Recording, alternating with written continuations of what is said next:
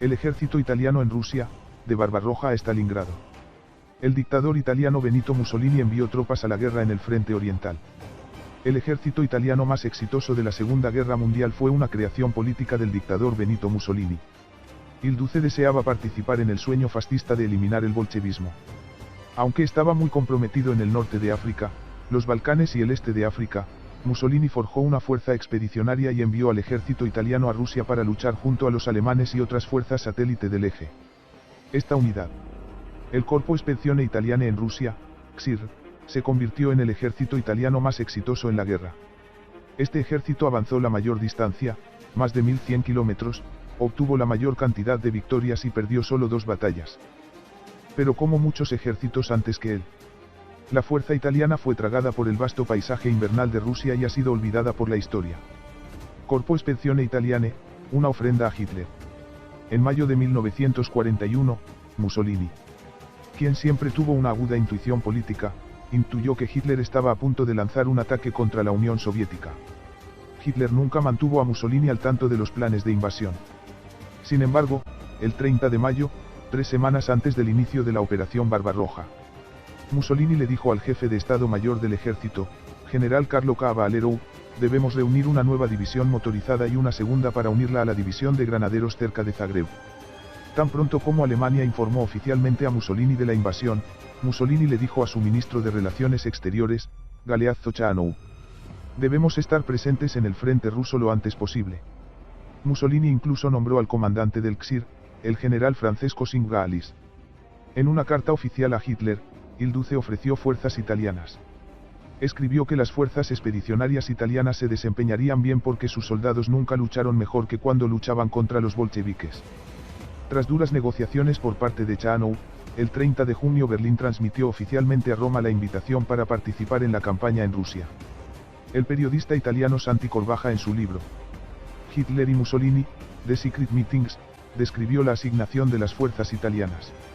Al XIR se le otorgó un área geográfica en la zona B bajo, el mariscal de campo Gerd von Rundstedt, dentro del 11º ejército alemán, que era responsable de Besarabia y la cuenca del río Dnieper. Mussolini envió las siguientes órdenes a Singalis: ve al frente ruso lo más rápido posible. Nuestra presencia en números en Rusia es esencial. Ahí es donde Hitler cree que ganará la guerra. Deberíamos estar ausentes. Incluso el hecho de que fui el primero en luchar contra el comunismo no contará para darme cuenta de que los italianos no estaban presentes en Rusia. 62.000 soldados italianos al frente. El Corpo Spedizione Italiane en Rusia tenía una fuerza de 62.000, con 2 divisiones de infantería nominalmente motorizadas del antiguo tipo binario de 1938. El 9 Pasubio y el 52 Torino. El 3 Grados Celere, una división de caballería parcialmente convertida en una división motorizada, el 30 Grados Regimiento de Artillería y la 63 Grados Legión Motorizada CCNN de la milicia fascista de camisas negras completaron el cuerpo. La Fuerza Aérea Italiana, Regia Aeronautica, apoyó al cuerpo expedicionario en la campaña rusa. El cuartel general se estableció en Turdora y constaba del 22 Grados Grupo U compuesto por 4 escuadrones de caza, el 359, 362, 369 y 371, y el 61. Grados Grupo U de 3 escuadrones de bombarderos, el 34, 119 y 128, un total de 83 aviones. El contingente de la Fuerza Aérea Italiana permaneció con las fuerzas terrestres italianas durante toda la campaña. Mussolini inspeccionó las primeras unidades que partieron en Verona el 25 de junio. Inspeccionó más regimientos que partieron hacia Rusia el 29 de julio en Mantua. Verona se convirtió en la plataforma de lanzamiento hacia Rusia, escribió Santi Corbaja. De esa estación de ferrocarril, 225 trenes llevaron a los 62.000 soldados, 5.500 carros y camiones, 4.600 caballos y mulas. Y toneladas de suministros en una distancia de 2.300 kilómetros hasta la frontera rumana. Sorprendentemente, el primer contingente de fuerzas italianas en llegar al frente fue una flotilla de torpederos más y 6 submarinos enanos. Las unidades del XIR se embarcaron en trenes y viajaron a través de Austria y Hungría y llegaron a sus áreas de concentración en el norte de Rumanía. La división Pasubio IX partió primero el 11 de julio y llegó a Suceava, Rumanía, el 17 de julio. En tránsito, el general Singalis se enfermó y tuvo que ser reemplazado. Cavallero sugirió al general Giovanni Messe a Mussolini. Messe había dirigido el cuerpo móvil italiano durante la invasión de Yugoslavia. Messe se unió al XIR el 17 de julio en Marmarostiger, Hungría. En las áreas de reunión, los italianos utilizaron los vehículos de las dos divisiones motorizadas para mover la división Pasubio a la línea del frente lo antes posible. El Celere III tenía suficientes caballos y vehículos para llegar al frente. Los vehículos del Regimiento de Transporte Chiaramonti trabajaron en relevos para traer unidades de las tropas del cuerpo, señaló el historiador militar Franklin Prieskov, dejando que la división Torino marchara hacia el este hacia las líneas del frente en constante retroceso, una distancia de más de 800 millas a pie. El ejército italiano en Rusia, invadiendo la Unión Soviética. El XIR comenzó su movimiento hacia Rusia el 16 de julio desde Botosani, en la frontera entre Rumanía y Besarabia. Estas fueron las mejores unidades del ejército italiano en este momento. El historiador William Craig, en su clásico Enemy at the Gates, confirma esta impresión de las unidades italianas. Los italianos enviaron sus mejores unidades a la Unión Soviética, escribió. Nombres militares orgullosos como Julia, Bersaglieri, Coseria, Torino, Alpini, adornaban los parches de los hombros de las tropas que luchaban contra el calor enervante. Los soldados comenzaron la campaña con la moral alta. Debido al alto grado de movilidad de las unidades italianas. Mayor que las unidades de infantería alemanas, incluso los alemanes quedaron impresionados. La primera gran acción de las tropas italianas en Rusia ocurrió durante las primeras semanas de agosto de 1941, señaló el autor Franklin Prieskov. Los alemanes planearon un golpe rápido entre los ríos Dneister y Vagan y Kaaleyev. Se requirió que una división motorizada avanzara hacia el sur por la orilla oeste del río Vag para sellar los diversos puntos de cruce. Como no había unidades alemanas disponibles, se eligió para la tarea a la división Pasubio, que había llegado el 6 de agosto a Jampol en el río Dneister. A la división se unieron la primera compañía de motocicletas Bersaglieri y 2 batallones de artillería de 105 mm del 30º Regimiento de Artillería.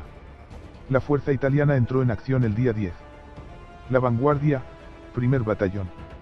El 80º Regimiento de Infantería y la primera compañía de motocicletas Bersaglieri llevaron a cabo la acción mientras la fuerza avanzaba hacia el sur a lo largo del río a través de Pokrovskoye y sellaba el último punto de cruce en Jasnaza Polzana. La fuerte acción de retaguardia soviética permitió que algunas fuerzas soviéticas escaparan. Los italianos llamaron a la acción la Batalla de los Dos Ríos, que les costó 15 muertos y 82 heridos. Orgulloso de sus unidades, Mussolini voló a Rusia para revisar la división italiana. Hitler y Mussolini volaron a Uman, Ucrania, para inspeccionar las tropas alemanas, después de lo cual Mussolini condujo unas pocas millas hasta Takuska para saludar a las tropas italianas. El vicecónsul italiano Filippo Anfuso, que acompañaba a Mussolini, describió la escena. Las tropas se veían bien, y los soldados de infantería parecían soldados italianos, no con cara de piedra, pero todos sonrisas y expresiones cambiantes. En sus rostros se notaba la alegría de haber sido vistos por Mussolini, ya que les había ordenado a todos que fueran allí. Un elixir de gloria para el pueblo italiano. El frente interno italiano vio este histórico logro militar italiano cuando Mussolini y el general Messe fueron fotografiados parados en suelo ruso a unas 400 millas dentro de la Unión Soviética. Las unidades italianas se convirtieron en la punta de lanza de todo un grupo de ejércitos alemanes. El cuerpo en su conjunto participó en el avance general hacia el río Dnieper, tomando posiciones entre Oerizevka y Dnipropetrovsk el 17 de septiembre. La división de Torino finalmente los alcanzó después de su marcha de 800 millas.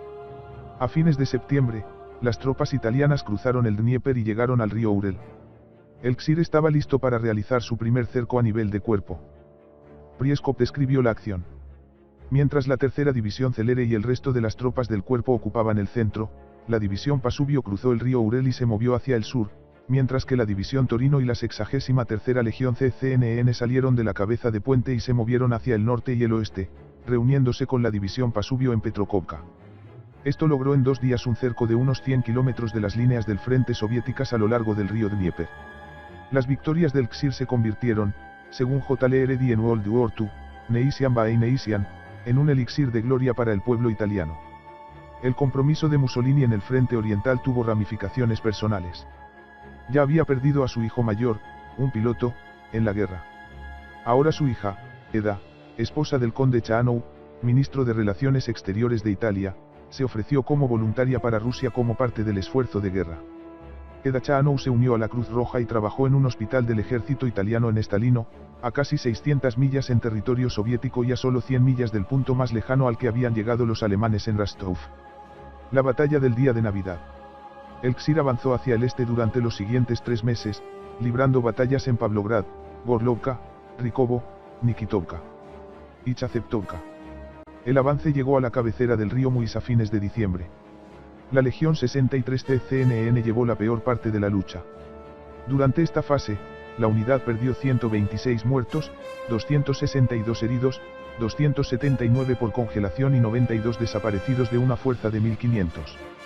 El 26 de diciembre, los italianos lucharon en lo que llamaron la batalla del día de Navidad. Los soviéticos lanzaron un ataque de 6 divisiones en la línea del río Axis-Muis. Los rusos rompieron las líneas germano-italianas, lo que obligó a la mayor parte de la tercera división celere a retroceder y formar focos aislados de resistencia. Un contraataque coordinado de la división Torino y el 318º Regimiento de Infantería alemán recuperó el terreno y rescató a la tercera división celere. 4 divisiones soviéticas quedaron atrapadas y obligadas a rendirse. En esta acción, el cuerpo italiano perdió 168 muertos, 715 heridos, 207 desaparecidos y 305 casos de congelación. El aparato de mando es pedante y lento. Cuando llegó el invierno, los soldados tuvieron que librar una batalla de supervivencia con la naturaleza.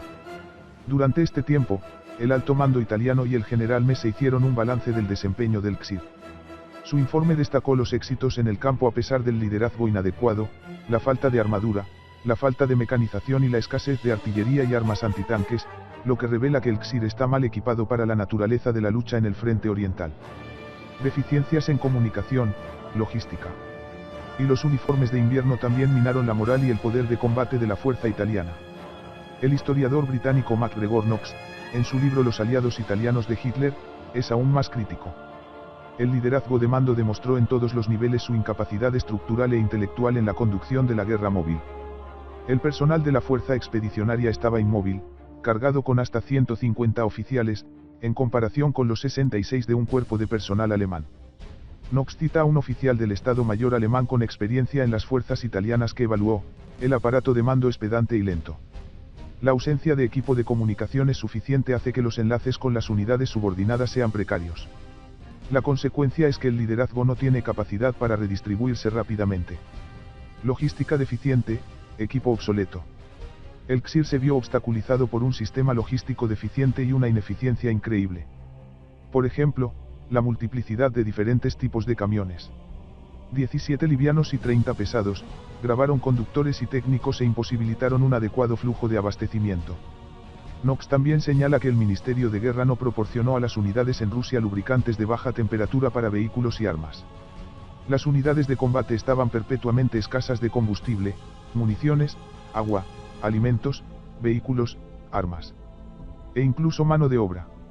Incluso si había comida disponible, la comida caliente o preparada seguía siendo una duda dado el estado primitivo de las estufas de leña en las cocinas de campo. El equipo italiano resultó ser totalmente obsoleto. Las fuerzas armadas italianas habían sido la primera potencia europea en completar un ciclo de rearme a fines de la década de 1930. Ya a principios de la década de 1940, Italia era industrialmente incapaz de soportar una actualización. El tanque de batalla principal, el M13-40, no fue rival para el T-34 del Ejército Rojo y nunca sirvió en Rusia. La tanqueta CV-33 era el equivalente del portaaviones Brengan. Un tanque ligero, el carro armado UL6-40, llegó en pequeñas cantidades en 1942 y 1943 pero pesaba solo 6,7 toneladas y portaba un cañón de 37 milímetros. Sin preparación para la guerra blindada, el Ksir aceptó en gran número el rifle antitanque polaco Marostek WZ-35 de la colección de botín de guerra de los alemanes. Una gran debilidad notada por los comandantes en todos los niveles se relacionaba con el entrenamiento y la filosofía táctica inadecuados. Esto nunca se rectificó y resultaría fatal durante la posterior retirada del río Don. El equipo de radio, por escaso que fuera, también demostró ser poco fiable. Los duros inviernos rusos hicieron inútil el equipo pesado. El teniente Albano Castelletto del Regimiento de Artillería Montada de Élite describió el efecto. El mayor problema del clima frío eran las máquinas. El aceite en los amortiguadores del cañón se congeló, inutilizando algunas piezas. El aceite congelado también deshabilitó ametralladoras y vehículos. Al igual que el ejército alemán, el Ksir fue enviado a luchar en Rusia con poco equipo especial o ropa adecuada para las severas condiciones que encontrarían. La mayoría de los hombres fueron al frente oriental vistiendo solo los pantalones o calzones de edición regular que, aunque estaban hechos de lana, solo llegaban justo debajo de la rodilla. La planta de las piernas estaba cubierta con calcetines y botas claveteadas. En las temperaturas bajo cero del invierno ambos resultaron ser totalmente inadecuados. El general Mess se compró personalmente una gran cantidad de gorros de lana mientras estaba en Rumanía para entregárselos a sus tropas. La bota claveteada causó un gran número de víctimas por congelación. El Ministerio de Guerra rechazó gratuitamente las solicitudes de unidades en Rusia de botas de fieltro como las Valenki rusas. A pesar de estas insuficiencias, Luigi Villari, autor de Política Exterior Italiana, afirma: los soldados italianos demostraron ser más fuertes que los alemanes para resistir el terrible frío del invierno ruso. La corrupción en la adquisición y distribución de suministros entre el ejército, el gobierno y las empresas italianas tuvo un costo enorme. El equipo varió de inferior a inutilizable. Knox señaló: a las tropas les faltaban constantemente los artículos pequeños que marcaban la diferencia entre la incomodidad y la desesperación: botones, hilos, agujas, hojas de afeitar, sobres, papel para escribir, postales, lápices e insignias de rango y unidad. En última instancia, las unidades italianas dependieron de Rumanía para obtener alimentos y combustible. Buena voluntad poco común de los ocupantes del eje. Las relaciones entre los ejércitos alemán e italiano y los habitantes del territorio soviético conquistado diferían mucho. Los alemanes cometieron un gran error al alienar al pueblo ucraniano. Los italianos hicieron todo lo posible para mantener buenas relaciones con ellos. El soldado italiano Alpini Tullio Ulisignoli recordó su primera Navidad en Rusia y su experiencia con el pueblo ruso: nosotros, los italianos, decidimos celebrar la próxima temporada navideña con una gran misa. Hacía demasiado frío para celebrar la ceremonia afuera, así que decidimos cavar una iglesia subterránea. Empezamos a cavar el hoyo y después de un rato unos civiles rusos nos preguntaron qué estábamos haciendo. Les dijimos que estábamos cavando una iglesia subterránea. Al día siguiente había más rusos que italianos ayudando con la excavación porque también querían celebrar misa, por lo que nuestros oficiales les dieron permiso para asistir. El servicio fue dirigido por nuestro sacerdote militar y fue una ocasión feliz, con italianos y rusos adorando uno al lado del otro. Antes de que nos enviaran a Rusia, los sacerdotes decían: vayan a servir a su país y luchen contra los bolcheviques, ya que están en contra de la religión. La población civil, al menos, solía cooperar con nosotros, los italianos. Pero hubo muy poco amor perdido entre los rusos y los alemanes. Las unidades italianas lograron crear buena voluntad entre la población de Rusia, escribió Corbaja, y, quizás debido a esto, generalmente se salvaron de los ataques de los combatientes partisanos. Alpini en las llanuras rusas. En este lío logístico, Mussolini deseaba una expansión del Ksir. En parte debido al éxito ya logrado en Rusia y en parte debido al asiento trasero que sus tropas habían tomado en el norte de África, Mussolini creía que un mayor compromiso de las tropas italianas en el este aumentaría el prestigio de Italia. Pidió que Cavallero comprometiera 20 nuevas divisiones en el frente oriental. Sin embargo, Cavallero se dio cuenta de las consecuencias potencialmente catastróficas de desviar fuerzas del norte de África e intentó reducir la expansión a 6 divisiones. La desaprobación del rey italiano Víctor Emmanuel no obstaculizó a Mussolini. En noviembre de 1941, Hitler, con su ejército estancado frente a Moscú, aceptó las divisiones alpinas italianas para el futuro avance en el Cáucaso. Mussolini se reunió con Hitler en el castillo Klesheim en Salzburgo el 29 y 30 de abril de 1942 para discutir la próxima ofensiva de verano. Hitler fue extremadamente elogioso con la actuación italiana en la invasión inicial. Hitler dijo que los soldados italianos habían luchado magníficamente, habían soportado valientemente todas las penalidades del invierno y estaban luchando valientemente al lado de los alemanes en Rusia. Finalmente, Mussolini envió 200.000 hombres al frente oriental en forma de 2 cuerpos, el cuerpo Alpini y el segundo cuerpo, y unidades de apoyo adicionales. Después de la experiencia del invierno ruso, Mussolini sabiamente eligió unidades especializadas.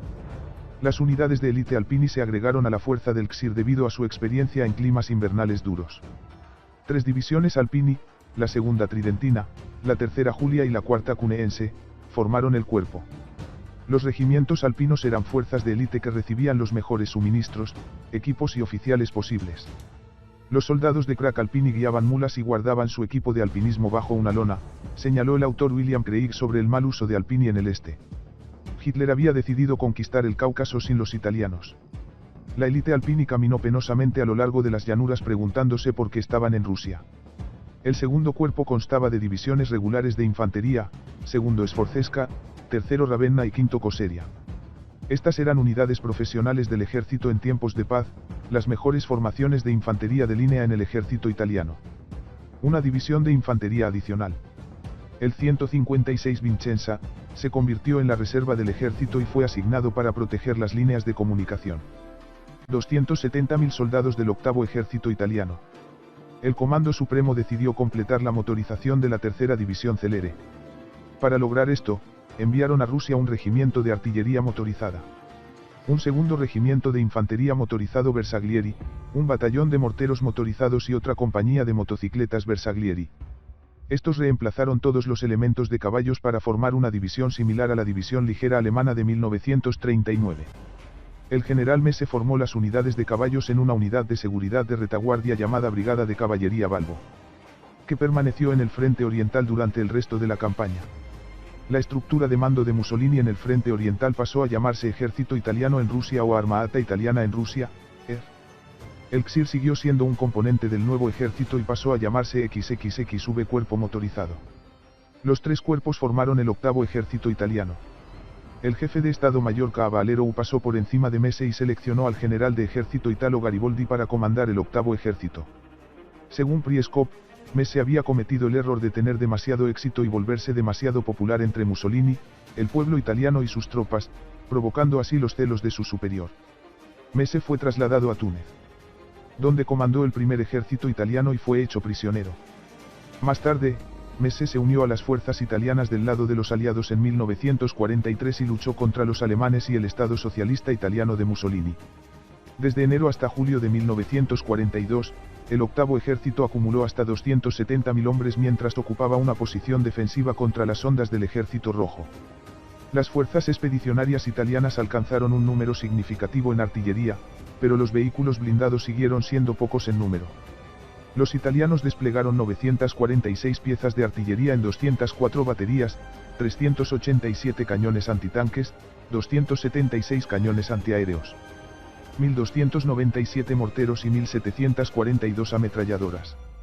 El elemento blindado incluía 55 tanques ligeros, 30 vehículos blindados y 17 cañones de asalto.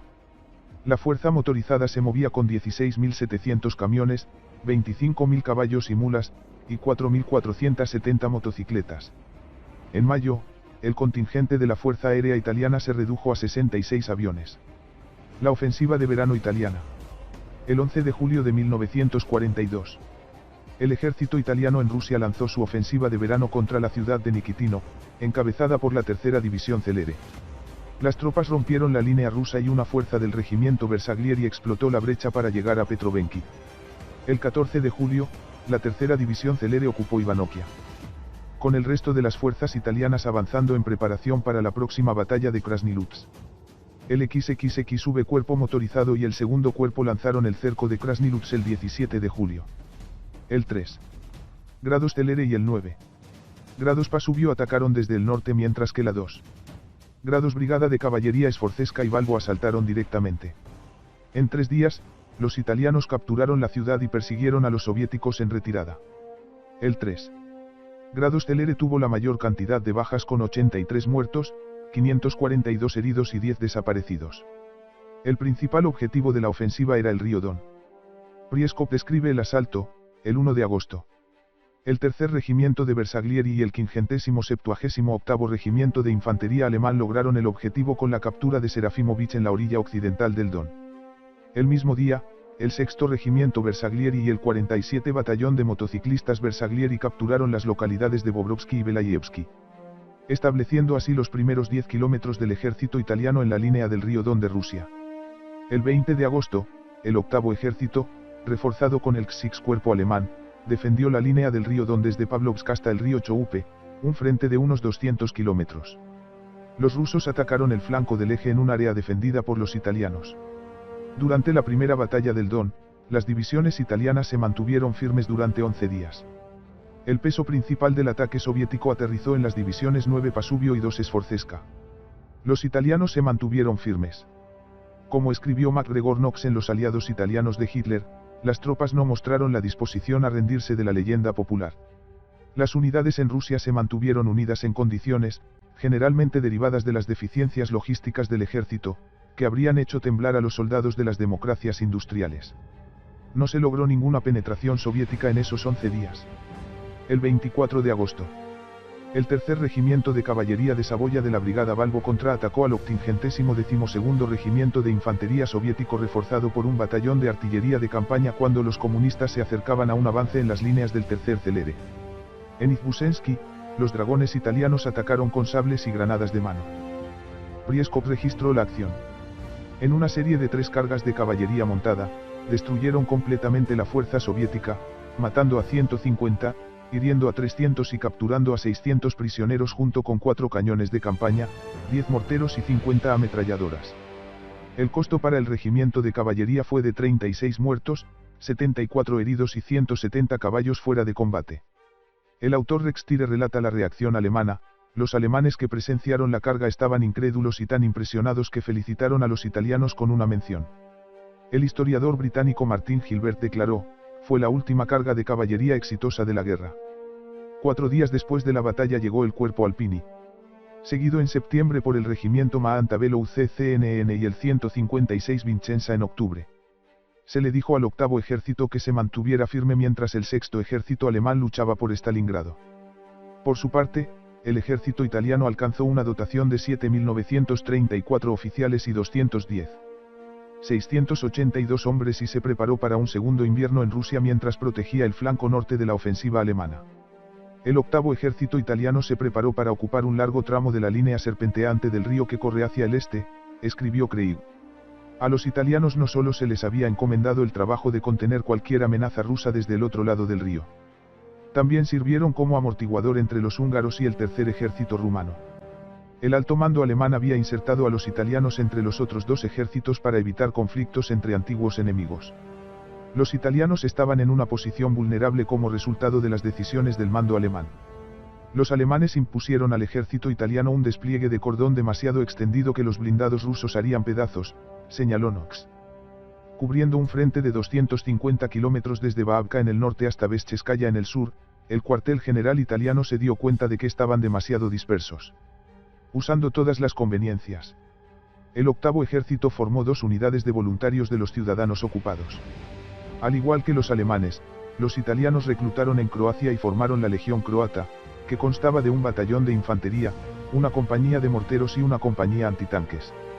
Los italianos también reclutaron una pequeña unidad de cosacos, que consistía en un coronel, 4 oficiales y 360 tropas cosacas y se adjuntó al regimiento de caballería de Norvaria.